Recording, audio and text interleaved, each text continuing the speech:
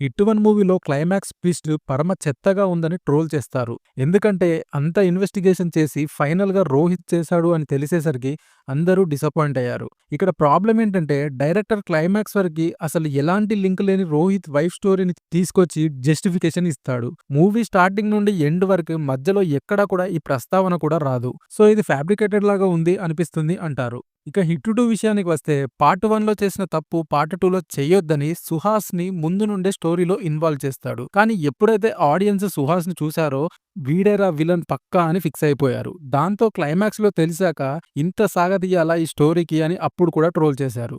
ఇదంతా ఎందుకురా బాబు ఈ హైడ్ అండ్ సీక్ గేమ్స్ వద్దని మల్టిపుల్ విలన్స్ ఉండేలాగా స్టోరీ రాసుకొని హిట్ 3 తీస్తే ఈ హిట్ 3 హిట్ 1 హిట్ 2 లాగా లేదు. ఇన్వెస్టిగేషన్ అయితే పెద్ద బొక్క.